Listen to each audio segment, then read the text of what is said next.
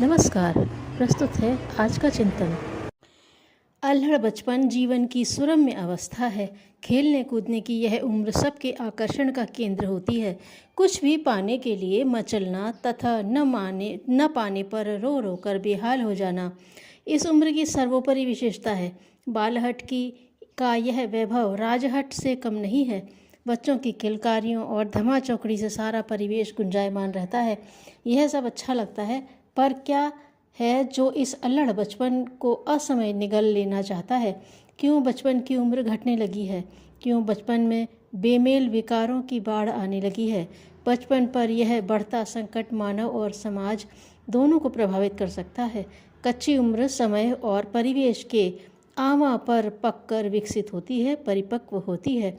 यह उम्र गीली मिट्टी के समान होती है, जिसमें किसी भी चीज़ पर आसानी से खरोंच और छाप पड़ सकती है। अतः इसे उन परिस्थितियों से बचाकर रखना पड़ता है जिससे कि आदतों की आड़ी टेढ़ी लकीरें खरोंच न पाएं और आगे इससे समस्याएं खड़ी न हो जाएं। इसके लिए पारिवारिक परिवेश, परिवारजनों का व्यवहार, वर्तमान शिक्षा पद्धति तथा आज की सूचना क्रांति बड़ी महत्वपूर्ण भूमिका अदा करती है। अगर इन कारकों का स्वरूप विधेयात्मक एवं प्रेरणाप्रद रहता है तो बच्चों में अच्छे संस्कार पनपने लगते हैं, परंतु इनकी नकारात्मक प्रक्रियाओं से बच्चों में बड़ी समस्याएं उभरने लगती हैं। पारिवारिक परिवेश बच्चों की पालन भूमि है। यहीं पर बचपना उमगते यौवन की रोमांचक यात्रा करता है। यहीं पर बच्चे बड़े होते हैं, उनमें समझदारी विकसित होती है, अच्छे बुरे के प्रति नज़रिया विकसित होता है।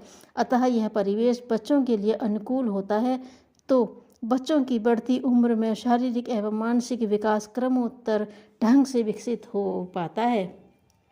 परंतु आज की आपाधापी भरी जीवन शैली से पारिवारिक समरसता एवं संवेदना में भारी ह्रास हुआ है। माता पिता का व्यवसाय बच्चों से सतत दूरी बढ़ा रहा है। बिलगांव का यह संकट थमने का नाम ही नहीं ले रहा है। परिणाम स्वरूप बच्चों को जिस स्नेहिल एवं आत्मीयता भरे वातावरण की आवश्यकता पड़ती है, वह दिवा स्वप्न बनकर ढहने लगता है।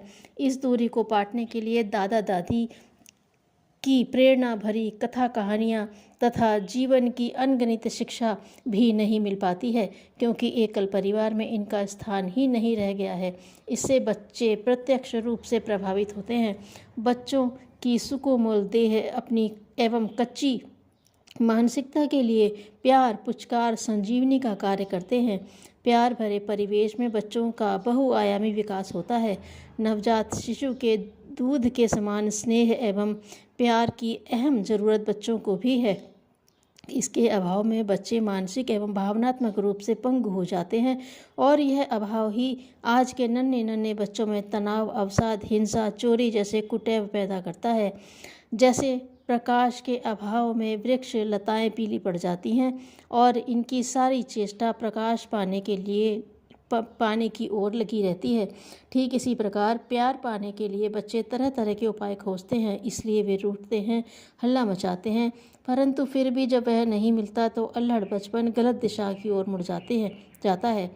मनोवैज्ञानिक शोध सर्वेक्षण बताते हैं कि आज का आतंकवाद हो या विगत इतिहास के क्रूर आक्रमण, सभी के पीछे संवेदनशीलता की घोर कमी रही है। संवेदनहीन हृदय पाषाण के समान बन जाता है और फिर उसे लकड़ी फाड़ने और मनुष्य को मारने में कोई अंतर नज़र नहीं आता। बचपन में घोर प्यार की कमी एवं उपेक्षा इसी आत्मघाती दिशा में धकेल देती है। बचपन तथा किशोरावस्था एक ऐसी अवस्था है जिसमें तीव्र शारीरिक और एवं मानसिक परिवर्तन होते हैं। ये परिवर्तन सुकोमल संरक्षण एवं आत्मीयता की पुचकार की अपेक्षा करता है, जिसे देने में वर्तमान पारिवारिक, सामाजिक एवं शैक्षिक परिवेश असमर्थता जाहिर करता है। उम्र के इस नाजुक मोड़ पर अभिभावकों के स्नेह एवं सहयोग की ज़रूरत होती है। अभिभावक बच्चों की इस कोमल मनोवृत्ति को भांप नहीं पाते हैं। आधुनिक शैक्षणिक संस्थाओं में भी इनके मानसिक एवं भावनात्मक बनावट और विकास के लिए कोई विशेष योजना नहीं होती। शिक्षा से IQ में तो वृद्धि हो रही है, पर इस अनुपात में भावनात्मक विकास अधूरा और अछूता रह जाता है। परिणामतः बच्चों का समग्र विकास नहीं हो पाता। इस एकांगी प्रक्रिया में अनेक समस्याएं खड़ी होती हैं। बच्चों को इन समस्याओं से निकालने, उबारने तथा उनके विकास के लिए सर्वोपरि आवश्यकता है कि परिवार में अभिभावक एवं शिक्षण संस्थाओं में शिक्षक बच्चों को समुचित ढंग से भावनात्मक पोषण एवं साहस संबल प्रदान करें। गलतियों पर डांटने के बजाय उन्हें गलतियों का एहसास कराएं। ध्यान रखा जाए कि बालक कभी भी अकेलेपन का अनुभव न करे। अकेलेपन से तो बड़े भी भयग्रस्त हो जाते हैं, तो कच्ची उम्र का बचपन कैसे प्रभावित नहीं होगा। शिक्षा के क्षेत्र में अंक प्राप्ति के लिए जितना श्रम किया जाए, उतनी ही जीवन मूल्यों के प्रति भी सजगता बरतनी चाहिए। बच्चों से व्यवहार उन्हीं के मानसिक धरातल के आधार पर करना चाहिए। इसके लिए अभिभावकों एवं शिक्षकों को भी प्रशिक्षित होना चाहिए, जिससे वे बच्चों के कोमल भावनाओं को बेहतर समझ सकें और उनके विकास में सहायक हो सकें। ये समाधान ही बच्चों के भविष्य का निर्माण कर सकते हैं। सद्भावनाओं के पुष्प ही ईश्वर को प्रिय हैं। धन्यवाद।